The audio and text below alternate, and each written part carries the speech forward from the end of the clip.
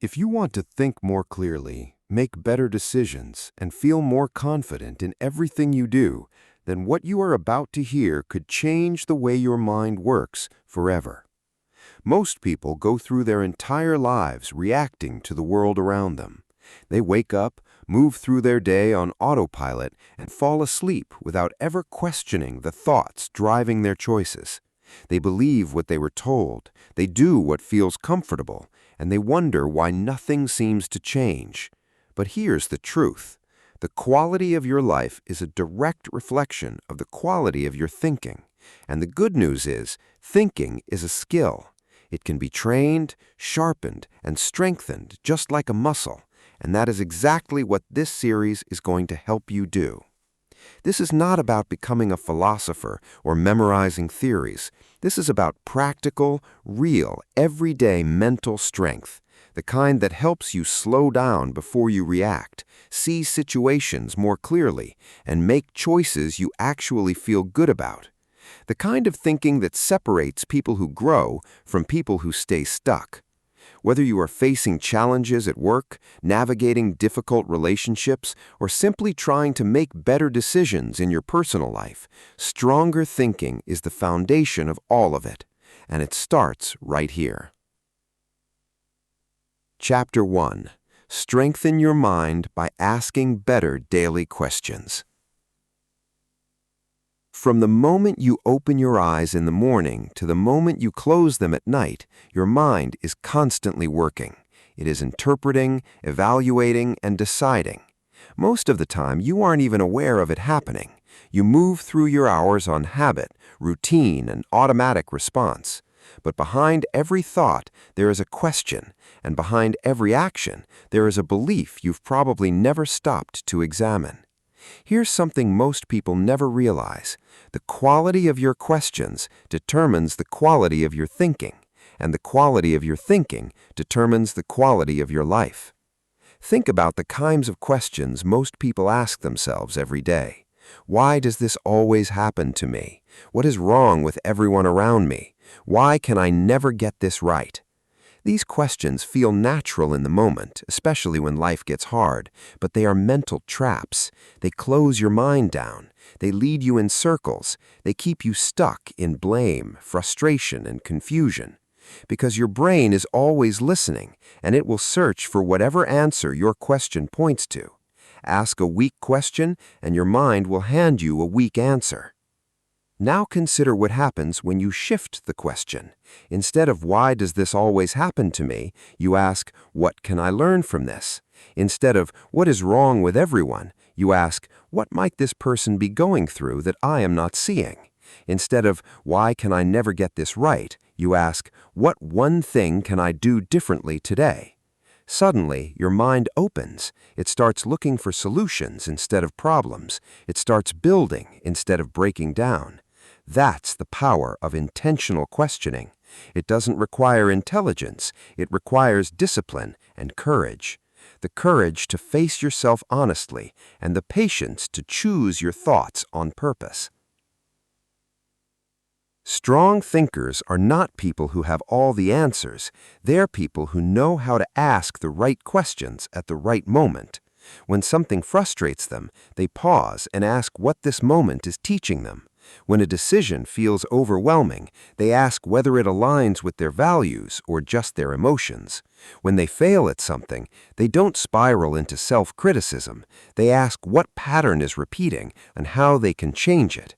That one habit, the habit of asking a better question before reacting, is what separates people who grow from people who give up. And it starts small. You don't need to overhaul your entire life to begin. You just need one strong question at the start of each day. Something like, what kind of person do I want to be today? Write it down. Say it out loud. Let it guide your choices before the noise of the world takes over. During the day, when something challenges you, ask what this moment is teaching you. Before you go to sleep, ask what you learned about yourself. These are not just words, they're mental training. They rewire your thinking slowly and powerfully until clarity becomes your default and reaction becomes a choice rather than a reflex. The world is full of noise. Everyone has opinions. Everyone is reacting, arguing, and rushing. But the people who build real mental strength are the ones who slow down and ask better questions, not to sound wise or impress others, but because they understand that how you think shapes everything: your relationships, your work, your health, your peace of mind. All of it flows from the quality of your inner dialogue. Train that dialogue, and you train your life. So, starting today, make a commitment to ask better questions, not just when it's easy, but especially when it's hard. When you're angry, when you're tired, when you're confused, those are the moments that matter most. That's when your mental strength is either built or broken. And the more you practice, the more natural it becomes, until one day you realize that you no longer feel overwhelmed by challenges the way you once did. You feel equipped because your mind has been trained to look for direction instead of excuses, for growth instead of blame, and for clarity instead of noise. That's what better questions give you, and that's where real strength begins. There is a habit that the strongest thinkers in the world share, and it is one that most people never develop. It is not reading more books or gathering more information. It is the willingness to challenge what they already believe, to look at their own opinions not as permanent truths, but as ideas that need to be tested. Most people spend their entire lives collecting evidence that proves they are right, but the ones who grow, the ones who make better decisions and build stronger minds, are the ones who actively seek the opposite view. Every person walking through life carries a set of beliefs that shape everything: how they see people, how they handle conflict, how they define success, how they respond to failure. Most of these beliefs were formed without conscious choice. They came from parents, teachers, culture, past experiences, and old wounds. You absorbed them naturally, and over time they became so familiar that you stopped questioning them. They became the lens through which you see everything. And here is the danger. When you stop questioning your beliefs, you stop growing. You start seeing the world not as it is, but as you expect it to be. This is what psychologists call confirmation bias, and it affects every single person. It is the automatic tendency to look for information that confirms what you already think, and to ignore or dismiss anything that contradicts it. It makes you feel certain when you should be curious. It makes you feel confident when you should be careful. And over time, it creates a mental wall that blocks out reality and keeps you trapped inside a version of the world that may no longer be true, if it ever was. Seeking the opposite view is how you break through that wall. It does not mean abandoning your values or agreeing with everything you hear. It means being honest enough with yourself to say, I might not have the full picture. It means sitting with an uncomfortable idea long enough to understand it before you judge it. That takes strength, because the instinct is always to defend.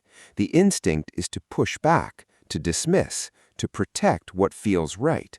But the discipline is to pause, to listen, to ask what part of this could be true, even if only a small part. When you hear a perspective that challenges your own, train yourself to resist the first reaction. Instead of immediately looking for flaws in the other person's thinking, look for the logic behind it. Ask yourself what experience might have shaped that view. Ask what evidence they are relying on. Ask what assumptions you yourself are making that you have never stopped to examine. This does not weaken your thinking, it sharpens it. Because when your belief survives honest challenge, it becomes stronger. And when it does not survive, you have just discovered something valuable. You have discovered a place where you were wrong, and that is one of the most powerful things a mind can do. Most people confuse certainty with strength. They think that holding tightly to their beliefs, defending them loudly, and shutting out opposition is a sign of confidence, but it's actually a sign of fear. Fear that if you look too closely, something you depend on might not hold up. Fear that being wrong means being less. But real confidence does not need to defend itself against every challenge. Real confidence says, "Show me what I'm missing." Real confidence is built not by avoiding contradiction, but by moving through it and coming out clearer on the other side. In your work, this mindset changes everything. Before you commit to a plan, ask yourself what someone who completely disagrees with your approach would say, not to stop you, but to help you find the weaknesses before they become problems. In your relationships, when conflict arises, ask how the other person might be experiencing the same situation from a completely different angle, not to give in, but to understand. In your personal development, ask where you might be lying to yourself.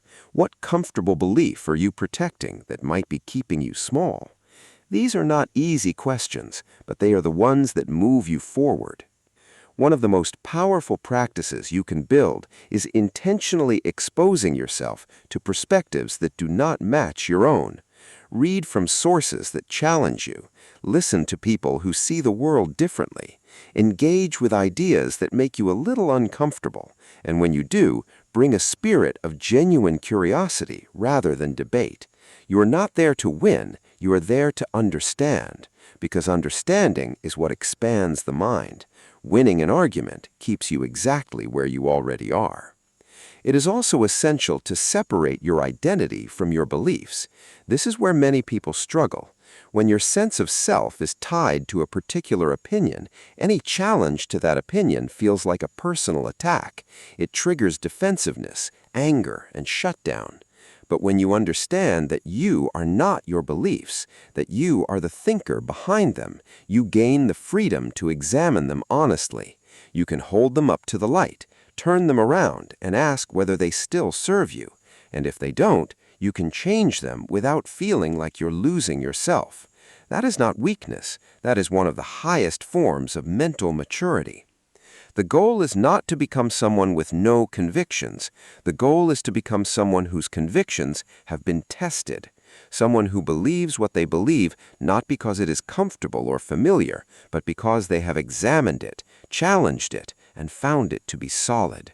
That kind of belief is unshakable, not because it is rigid, but because it is grounded in honest thinking rather than unchecked assumption. The strongest minds in history were not the ones who were never challenged. They were the ones who welcomed challenge because they understood that friction creates clarity, that opposition, when engaged with honestly and thoughtfully, does not weaken your thinking, it refines it. It burns away the parts that were never really true and leaves behind something far more powerful, a mind that knows why it believes what it believes, a mind that can engage with the world confidently, not because it has all the answers, but because it is no longer afraid of the questions. So, the next time you feel the urge to shut down an opposing view, stop, take a breath, and ask yourself one honest question. What might this be teaching me? Because in that moment of discomfort, if you choose curiosity over defensiveness, you will grow in ways that agreement alone could never produce. And that growth, quiet, steady, and deeply personal, is what builds a mind that nothing can easily shake. In a world that never stops moving, where notifications compete for your attention every few minutes, and information floods your mind from every direction, the ability to focus has become one of the most valuable skills a person can possess, not just for productivity, not just for getting things done, but for thinking clearly, making wise decisions, and living with intention rather than reaction. Because here is what most people do not realize. You cannot think well when your mind is full of noise. And right now, for most people, the noise never stops. Mental noise is not just distraction, it is the invisible weight that slows your thinking down without you even knowing it. It is the half-finished worry from yesterday that you never resolved.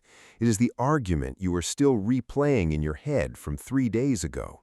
It is the endless scroll of information you consumed this morning before your mind even had a chance to wake up properly. It is the mental tabs that stay open all day, quietly draining your energy and your focus without producing anything useful. When your mind is carrying all of that, deep thinking becomes almost impossible. You move through your day feeling scattered, overwhelmed, and mentally exhausted, not because life is too hard, but because your mind is too full. Training your focus begins not by adding more discipline to your day, but by removing what does not belong there. Think about how your morning begins. For most people, the first thing they do after waking up is reach for their phone. They scroll through news, check messages, absorb other people's opinions and problems before they've even had a moment to connect with their own thoughts. And in doing that, they hand over the most important part of their day, the quiet, open window of the early morning mind, to whatever the outside world decides to put in front of them. That choice, made automatically and without thinking, sets the tone for everything that follows.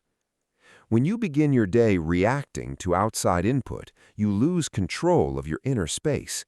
Your mind starts the day already responding, already processing someone else's agenda, already pulled in directions that have nothing to do with what matters most to you. And from that point forward, every decision, every thought, every moment of the day is filtered through a mind that is already cluttered, a mind that started behind before it had a chance to begin. The first and most powerful shift you can make is to protect the beginning of your day. Before you look at your phone, before you open any app or check any message, give your mind a few minutes of silence. Let it wake up on its own terms. Sit quietly. Breathe.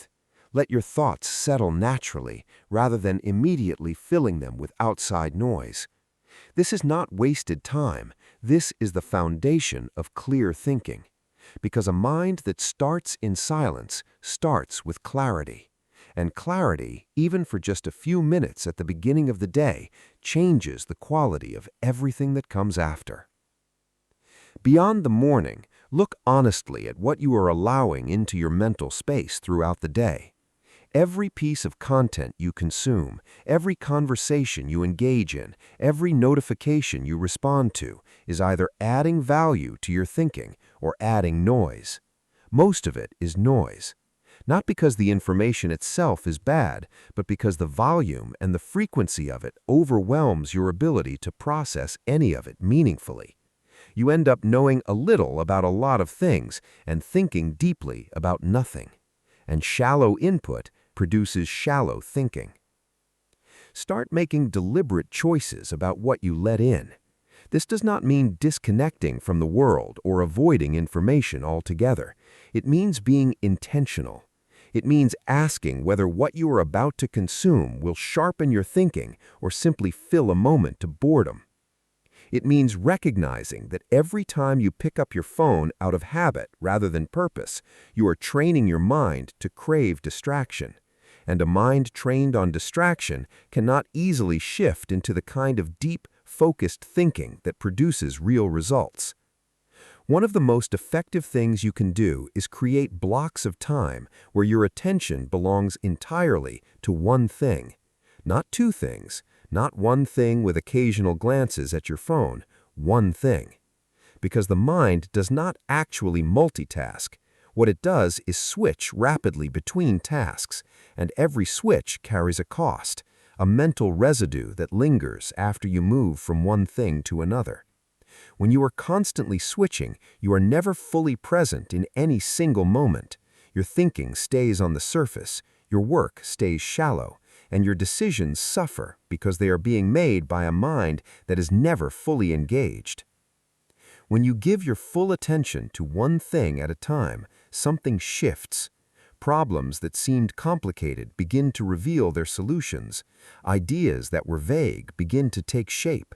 The quality of your thinking improves dramatically, not because you suddenly became smarter, but because you gave your mind the conditions it needed to actually work. Focus is not a mysterious gift. It is what happens when you remove the interference and let your mind do what it was designed to do. It's also worth examining the role that inner noise plays in stealing your focus, because not all distraction comes from outside. Much of it comes from within.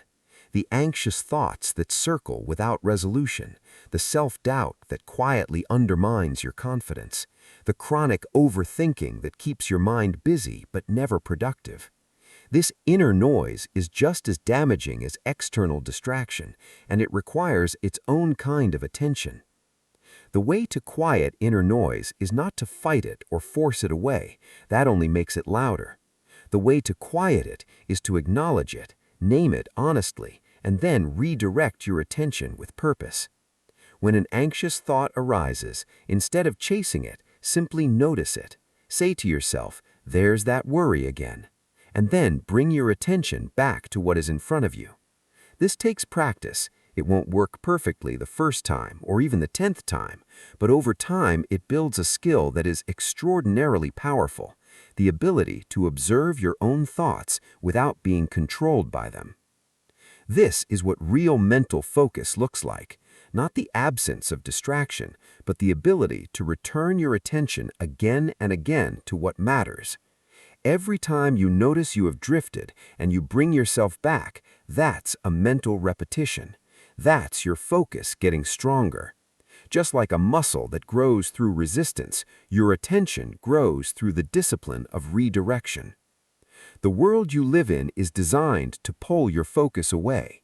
Every app, every platform, every piece of media is engineered to keep your attention moving and never settling. And if you let that happen passively, your thinking will remain shallow and your life will continue to feel reactive and scattered. But if you choose to take control of your mental space, to protect it, to clear it, and to train it with intention, you will develop a quality of mind that most people around you will never experience. Clear, deep, focused thinking, the kind that allows you to see what others miss, to stay calm when others panic, to make decisions from a place of clarity rather than confusion. That's what you are building when you remove the noise and train your focus. Not just a better habit, but a stronger mind. And a stronger mind changes everything. There is a gap that exists between every event that happens to you and every response you give. Most people never notice it. They move from stimulus to reaction so quickly that it feels automatic, like breathing, like blinking. Someone says something sharp and they fire back. A plan falls apart and they spiral. A moment of pressure arrives and they fold. They feel like they had no choice, like the reaction simply happened. But that gap, that invisible space between what happens and how you respond, is where your entire life is shaped. And learning to live inside that gap, to think before you react, is one of the most transformative skills you will ever develop. Most of the poor decisions people make are not made after long reflection. They're made in seconds, driven by emotion, habit, or the need to feel in control of a situation that feels threatening. Someone challenges your idea and pride kicks in before logic has a chance to speak. A difficult email lands in your inbox and anxiety shapes your reply before you have fully understood what was written. A heated conversation escalates because both people are reacting to each other's reactions rather than thinking about what actually needs to be resolved. In each of these moments, speed is the enemy of wisdom. And slowing down is not weakness. It is one of the most powerful things a disciplined mind can do. The practice of slowing your reactions begins with awareness. You cannot change what you do not notice, so the first step is simply to start paying attention to the moments when your emotions begin to rise. You will feel it before you think it. Your chest tightens, your breathing changes, your thoughts begin to race or narrow. These are signals. They are your body telling you that something emotionally charged is happening and that your automatic response system is preparing to take over. In that moment, you have a choice. You can let it run or you can pause. The pause does not have to be long. Even a few seconds of deliberate stillness can change the entire direction of your response. When you feel that emotional charge beginning to build, take one slow, conscious breath before you say or do anything. This is not a trick. This is neuroscience. A slow breath activates the part of your nervous system that calms the body and brings the thinking mind back online. It creates just enough space between the feeling and the action for reason to step in. And in that space, you can ask yourself, what is actually happening here? What response will serve me best right now? And what do I want the outcome of this moment to be? These questions seem simple, but in the heat of a charged moment, asking them at all is a significant act of mental discipline, because your emotions will tell you to skip the questions and just react. Your emotions will say there is no time to think, just respond. But the truth is that the situations where you feel the least amount of time to think are usually the ones where thoughtful response matters most. The higher the pressure, the more important it becomes to slow down rather than speed up. Slowing your reactions also requires you to examine what is actually driving them, because very often the strongest emotional reactions are not really about what is happening in front of you. They are about something older, a wound that was never fully healed, a fear that has been carried for years, a belief about yourself or the world that gets triggered by a current situation and floods your response with emotion that belongs somewhere else entirely. When you react disproportionately to something small, when a comment lands harder than it should, when a minor setback feels catastrophic, that is almost always a signal that something deeper is being activated. This is not a flaw, it is human, but it becomes a serious limitation when you are not aware of it. Because if you are always reacting to the past while living in the present, your responses will rarely be accurate. They will be shaped by old pain rather than current reality. And the people around you, the situations in front of you, will suffer the weight of something they did not cause and cannot fix. Learning to slow down gives you the opportunity to ask whether what you are feeling right now is really about now, or whether it is an echo of something that needs to be examined and released. One of the most practical ways to build this skill is to practice it in low-stakes situations first. You do not start training for a marathon by running 20 miles on the first day. You build gradually. So begin by slowing your reactions in everyday moments that carry little emotional weight. When someone takes longer than expected, pause before sighing. When a small inconvenience arises, stop before complaining. When a minor frustration appears, breathe before reacting. These small moments are your training ground. They are where the habit gets built. And when you have practiced it enough in easy situations, it becomes available to you in the hard ones. It is also worth understanding that slowing your reactions does not mean suppressing your feelings. This is an important distinction. Suppression means pushing emotions down, pretending they are not there, forcing yourself to act calm while everything underneath is churning. That is not discipline. That is delay, and suppressed emotion always finds a way out eventually, usually at the worst possible moment and in the most destructive possible form. Slowing your reaction means feeling what you feel fully, but choosing not to be governed by it in the moment. It means letting the emotion move through you while your thinking mind stays in charge of what you do next. This balance between feeling and thinking is at the heart of emotional intelligence. And emotional intelligence, the ability to understand and manage your own emotional responses while remaining sensitive to the emotions of others, is one of the most powerful forms of intelligence there is. It cannot be measured on a test. It doesn't show up on a resume, but it determines the quality of every relationship you have, every decision you make under pressure, and every moment where what you do next actually matters. People who have developed this skill carry a different kind of presence. They do not need to raise their voice to be heard. They do not need to fight back immediately to protect themselves. They are not shaken by every shift in the emotional temperature of a room. They think before they speak. They consider before they act. And because of that, their words carry weight. Their decisions hold up under scrutiny, and the people around them feel safe because they know that what they will receive is a thoughtful response rather than an impulsive reaction.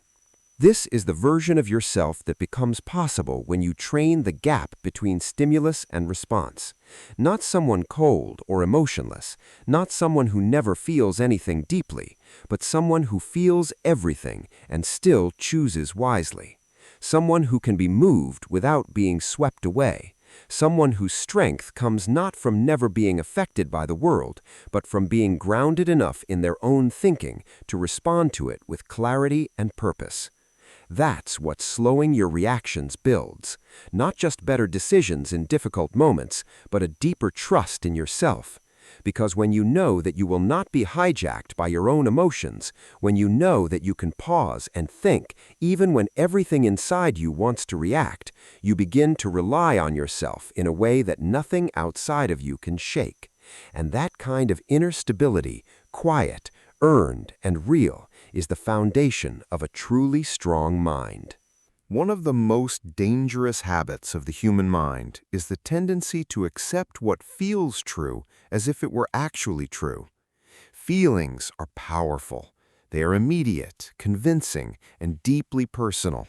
When something feels right, it is extraordinarily difficult to question it. When something feels certain, the mind resists looking for evidence to the contrary. But feelings, no matter how strong they are not the same as facts. And one of the most important skills you can develop as a thinker is the ability to test your ideas against reality, rather than simply trusting the story your emotions are telling you. This is not about becoming cold or detached. Emotions are valuable. They carry information. They signal what matters to you and what does not. But when emotions become the sole basis for your beliefs and decisions, when you stop asking for proof and simply go with what feels right, your thinking becomes unreliable. You begin to build your life on assumptions that have never been examined, on conclusions that were never tested, and on beliefs that feel solid but crumble the moment reality pushes back against them. Think about how many decisions are made every day based purely on assumption.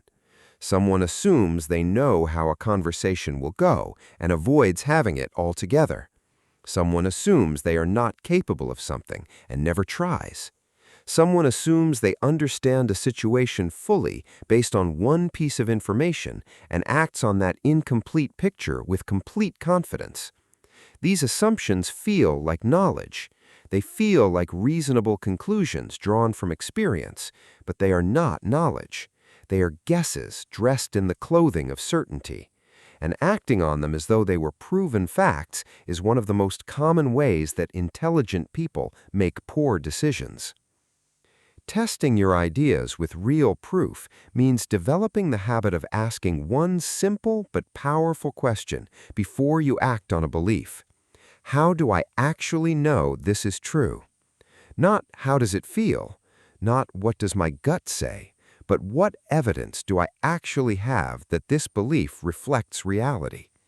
This question is uncomfortable because it forces you to acknowledge the gap between what you think you know and what you can actually verify. But that discomfort is precisely where growth lives, because the moment you start demanding evidence from your own beliefs, you stop being a passive receiver of your own assumptions and start becoming an active, honest thinker. This practice applies in every area of life. In your work, before you conclude that a strategy is failing, ask what the data actually shows, rather than what your frustration is suggesting. In your relationships, before you decide that someone does not care about you, ask whether their behavior actually supports that conclusion, or whether you are interpreting neutral actions through the lens of your own insecurity. In your personal development, before you decide that you are not the kind of person who can do something, ask where that belief came from and whether there is any real evidence that it is permanently true. In each case, the question is the same. Show me the proof, not the feeling, the proof. One of the most important things to understand about this process is that evidence does not always mean numbers or statistics. Evidence means something real and observable. It means looking at patterns of behavior over time rather than isolated incidents. It means considering multiple perspectives rather than just the one that confirms what you already think. It means being honest about what you do not know, rather than filling in the gaps with comfortable assumptions. And it means being willing to update your conclusions when new information comes in, even if that update is inconvenient or humbling. This last point is where many people struggle. There is a powerful psychological force called the sunk cost fallacy that causes people to continue investing in a belief, a plan, or a decision simply because they have already invested in it. They have held this belief for years, so changing it feels like admitting that all those years were wasted. They have committed to a plan publicly, so abandoning it feels like losing face. But the willingness to change your mind when the evidence calls for it is not weakness. It is one of the clearest signs of intellectual maturity. It means your commitment is to truth rather than to being right. And that commitment, rare as it is what separates people who genuinely grow from people who simply get older. Testing your ideas also means understanding the difference between correlation and causation. Two things happening together does not mean one caused the other. Someone who started meditating and also started exercising around the same time might credit all of their improvement to meditation, when in reality both factors played a role. A business that grew during a period of economic expansion might credit its strategy without accounting for the favorable conditions that made success easier. These errors in thinking are common, and they lead to conclusions that feel airtight but are actually built on faulty logic. Asking what else might explain this outcome is a small habit that dramatically improves the accuracy of your thinking. Another powerful practice is actively looking for information that could prove you wrong, rather than only searching for information that confirms you are right. This goes against the natural pull of the mind. The brain is wired to seek confirmation. It feels good to find evidence that supports what you already believe. It feels threatening to find evidence that challenges it. But if you only look for confirmation, you will always find it, because the world is complex enough that you can find support for almost any position if you look selectively. The real test of a belief is not whether you can find evidence for it, but whether it survives honest exposure to the evidence against it. This is sometimes called steelmanning the opposition. Rather than attacking the weakest version of the argument against your position, you find the strongest version. You take the best case for the opposing view and engage with it seriously. If your belief holds up against the best challenge rather than just the weakest one, you can hold it with genuine confidence. If it doesn't, you have just saved yourself from building your life on something that was never as solid as it felt. It is also worth recognizing that some of the beliefs you need to test are the ones you are least aware of holding, the assumptions so deeply embedded in your thinking that they feel like reality itself rather than a perspective on reality. These are the beliefs about what you deserve, about what is possible for someone like you, about how people work, about what success looks like and who gets to have it.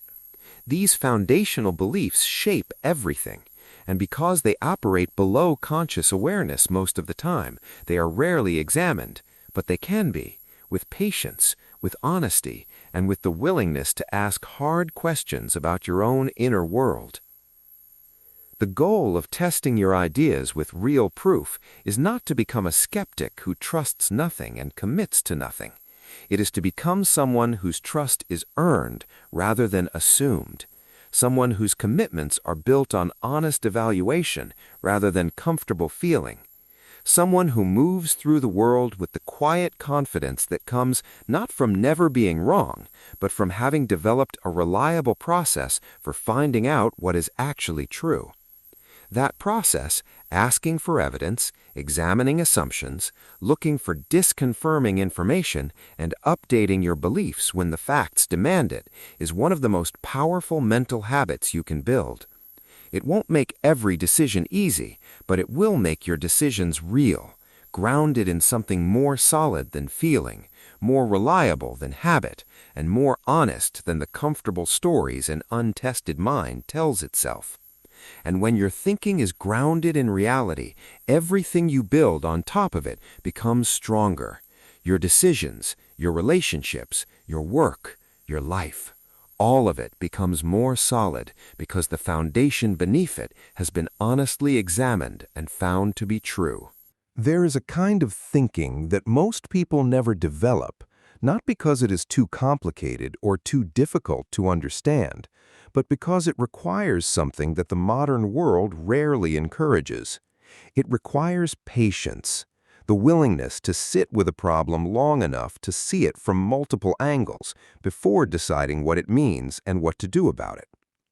Most people make the mistake of reaching for a conclusion the moment a situation presents itself. They label it quickly, categorize it immediately, and move on. But the best thinkers do something different. They hold the problem a little longer. They turn it around. They look at it from perspectives they had not initially considered, and in doing so, they consistently arrive at better answers than the people who rushed. This is the skill of thinking in multiple perspectives, and it is one of the most practical and powerful tools available to anyone who wants to make better decisions, solve problems more effectively, and understand the world with greater accuracy. It does not require any special intelligence.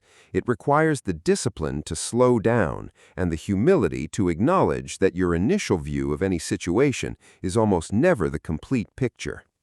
Every situation you encounter comes to you filtered through your personal perspective. Your history, your values, your fears, your desires, and your past experiences all shape the way you interpret what is happening around you. This filtering happens automatically and instantly before you even have a chance to think consciously about it. And because it happens so fast and feels so natural, most people mistake their perspective for reality itself. They believe they are seeing things as they are, when they are actually seeing things as they are to them. That distinction, small as it sounds, makes an enormous difference in the quality of your thinking. When you look at a disagreement through only your own perspective, you see someone who is wrong, unreasonable, or difficult. When you step outside your perspective and try to genuinely understand theirs, you often find that they are operating from a logic that makes complete sense given their experiences, their values, and the information they have access to. This does not mean they are right, but it means that the situation is more complex than your initial reaction suggested. And decisions made from that more complete understanding are almost always better than decisions made from the narrow view of a single perspective. The practice of thinking in multiple perspectives begins with a simple commitment. Before you form a firm conclusion about any significant situation, deliberately ask yourself how many different ways this could be understood. Not just your way, not just the way that feels most natural to you, but all the reasonable ways. The way the other person involved might see it, the way someone with completely different life experience might interpret it, the way someone looking back on this moment from 5 years in the future might evaluate it, the way someone with no emotional investment in the outcome might assess it. Each of these perspectives adds a layer of understanding that your default view alone cannot provide. This kind of thinking is especially valuable in conflict. When two people are in disagreement, both of them are usually convinced that they are seeing the situation clearly and that the other person is the one who is confused or unreasonable. And from within their own perspective, both of them are often correct. They really are seeing what they say they are seeing. The problem is not that one of them is lying. The problem is that they are both seeing a piece of a larger picture and mistaking that piece for the whole. When you develop the ability to step back and hold both perspectives at the same time, something remarkable happens. The conflict begins to make sense, not because you suddenly agree with the other person, but because you can see how two reasonable people looking at the same situation from different angles can arrive at completely different conclusions. And that understanding opens the door to resolution in a way that defensiveness and insistence never can. Multiple perspective thinking also protects you from one of the most common and costly errors in judgment, which is the tendency to assume that other people think, feel, and value the same things you do. This assumption, sometimes called the false consensus effect, causes people to consistently underestimate how different other people's inner worlds are from their own. You assume that what motivates you motivates others. You assume that what seems obvious to you is obvious to everyone. You assume that your priorities are naturally shared priorities, but they are not. And when your decisions are built on that false assumption, they routinely miss the mark in ways that feel confusing, but are entirely predictable. When you make the effort to genuinely consider how someone else experiences a situation, you become dramatically more effective in everything that involves other people, which, when you think about it honestly, is almost everything. Your work, your relationships, your leadership, your communication, your ability to influence and inspire, all of it depends on your capacity to understand perspectives beyond your own. This is not a soft skill. It is one of the most practically powerful abilities a person can develop. One of the most useful exercises for building this skill is what you might call the outside observer practice. When you're in the middle of a situation that is emotionally charged, try to imagine stepping completely out of it. See yourself and everyone involved from the perspective of a neutral, intelligent observer who has no stake in the outcome. What would that observer notice? What patterns would they see that you cannot see from inside the situation? What would they say about how each person is contributing to the dynamic? This exercise creates distance between you and your emotions, and that distance gives you access to a quality of thinking that is simply not available when you're fully inside the storm. Another dimension of multiple perspective thinking involves time. Most people evaluate their decisions and situations from the perspective of right now. How does this feel today? What does this cost me this week? But the present moment is often a poor judge of long-term value.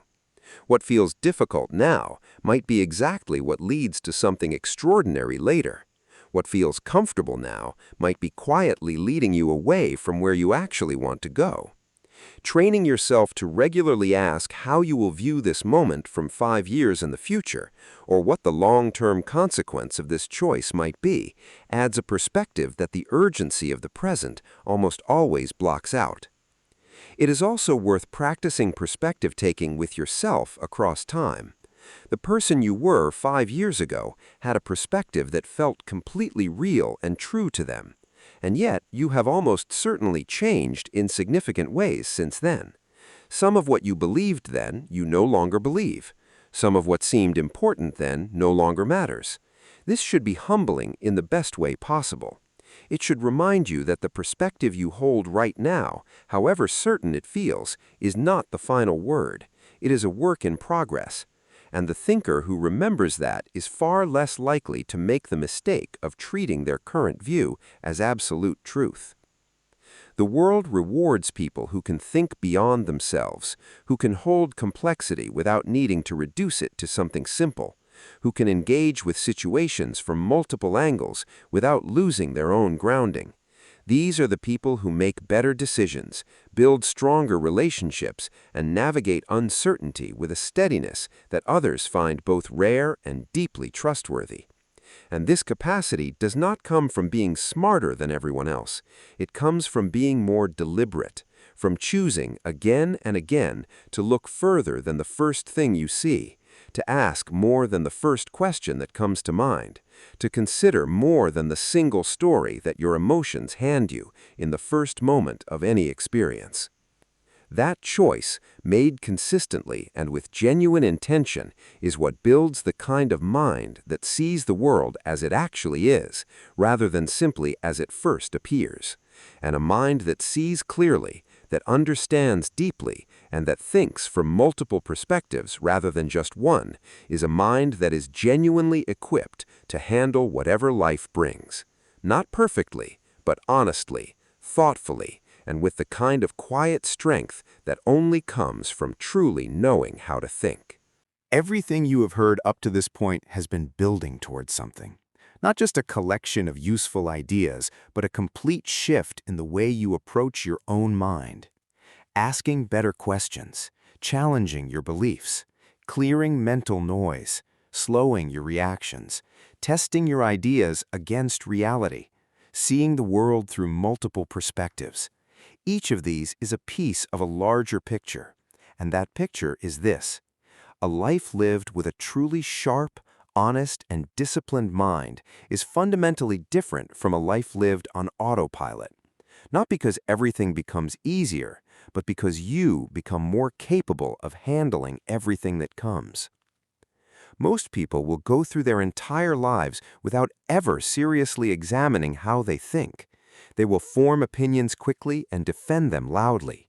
They will react before they reflect. They will accept the first version of a story they hear, especially if it confirms what they already believe. They will let noise fill their minds and call it being informed. They will confuse certainty with wisdom and speed with intelligence, and they will wonder, quietly and sometimes painfully, why their decisions keep producing the same results, why their relationships keep hitting the same walls, and why they never quite feel as clear or as confident as they want to feel. But that does not have to be your story. Because the difference between the person who stays stuck and the person who grows is not talent, it is not luck, it is not even circumstances, it is the willingness to think differently, to take the uncomfortable step of examining not just the world around you, but the thinking inside you, to hold your own mind up to the light and ask honestly whether the way you are thinking is actually serving you or simply protecting you from the discomfort of change. That willingness is rare, and because it is rare, it is also enormously valuable. In a world where most people are reacting, the person who responds thoughtfully stands out. In a world where most people are consuming without processing, the person who thinks deeply has a genuine advantage. Not an arrogant advantage, not one that makes you better than others, but a personal advantage, the kind that quietly compounds over time. Better decisions lead to better outcomes. Better outcomes build better foundations, and better foundations make every future challenge easier to navigate. It does not happen overnight, but it happens, and it starts with the decision to take your thinking seriously. One of the most important things to carry forward from everything you have heard is that critical thinking is not a destination, it is a practice. It is something you return to every single day, not because you haven't mastered it yet, but because mastery in this area looks like consistency, not perfection. The goal is not to become someone who never makes a mistake, never reacts emotionally, never holds a flawed belief. The goal is to become someone who notices these things more quickly, corrects them more honestly, and learns from them more effectively than they did before. That is growth. Real, sustainable, meaningful growth. And growth of this kind changes you in ways that extend far beyond your thinking. When you start asking better questions, your conversations become richer. When you challenge your beliefs with honesty, your relationships become more genuine. When you clear mental noise and train your focus, your work becomes more meaningful. When you slow your reactions, your emotional life becomes more stable. When you test your ideas against reality, your confidence becomes earned rather than assumed. When you think from multiple perspectives, your understanding of the world deepens in ways that cannot be faked or shortcutted. All of these changes ripple outward. They touch every part of your life because they come from the center of it, from the way you think. There's also something deeply personal about this journey that is worth naming directly. Improving your critical thinking is an act of self-respect. It is a declaration that your mind matters, that your decisions matter, that the life you are building deserves to be built on honest, clear, intentional thought, rather than on habit, assumption, and reaction. When you commit to thinking better, you're committing to taking yourself seriously, and that commitment, quiet as it may seem from the outside, is one of the most powerful things a person can do. It is also worth being honest about the resistance you will face, not just from within yourself, but from the world around you. Because a person who thinks critically, who questions assumptions, who demands evidence, who refuses to be swept along by emotional momentum or social pressure, is not always the most comfortable person to be around. People who are operating on autopilot sometimes feel unsettled by someone who has chosen to be more deliberate. People who are attached to a particular narrative sometimes feel challenged by someone who asks questions. This is not a reason to stop. It is a sign that your thinking is working. The discomfort your honesty creates in others is almost always a signal that something worth examining has been touched. Stay grounded in your commitment to clear thinking even when it creates friction, not aggressively, not arrogantly, but firmly, because the value of thinking well does not diminish because it is inconvenient. If anything, the moments where honest thinking is most inconvenient are usually the moments where it is most necessary. As you move forward from here, carry these principles not as a rigid system, but as living tools. Return to them when you feel confused. Use them when a decision feels heavy. Call on them when emotion is running high and clarity feels far away. Ask better questions when you feel stuck. Seek the opposite view when you feel certain. Clear the noise when you feel overwhelmed. Test your beliefs when they feel unshakable. And look at every situation from more angles than the one you started with. These are not complicated instructions, but they are powerful ones, and their power grows every time you use them. There's a version of you that thinks more clearly than you do today. That version is not some distant, idealized future self. It is the natural result of the habits you build starting now. Every time you pause before reacting, that version gets a little closer. Every time you question a belief honestly, that version gets a little stronger. Every time you choose depth over distraction, clarity over noise, and truth over comfort, you are becoming the thinker you are capable of being.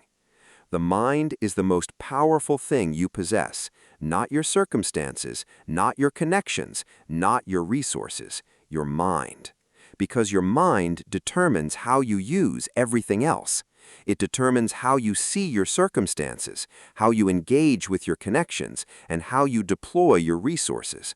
Sharpen it, and everything else becomes more effective. Leave it unexamined, and even the best circumstances in the world will not produce the life you are capable of living. So don't leave this as something you simply heard and found interesting. Take it further. Apply one thing today, then another tomorrow. Build the habit slowly and steadily, the way all lasting things are built, with consistency, with patience, and with the understanding that every small act of deliberate thinking is an investment in the version of yourself that handles life with clarity, confidence, and genuine strength. Your mind is worth the work, and the work, as you will discover, is one of the most rewarding things you will ever do.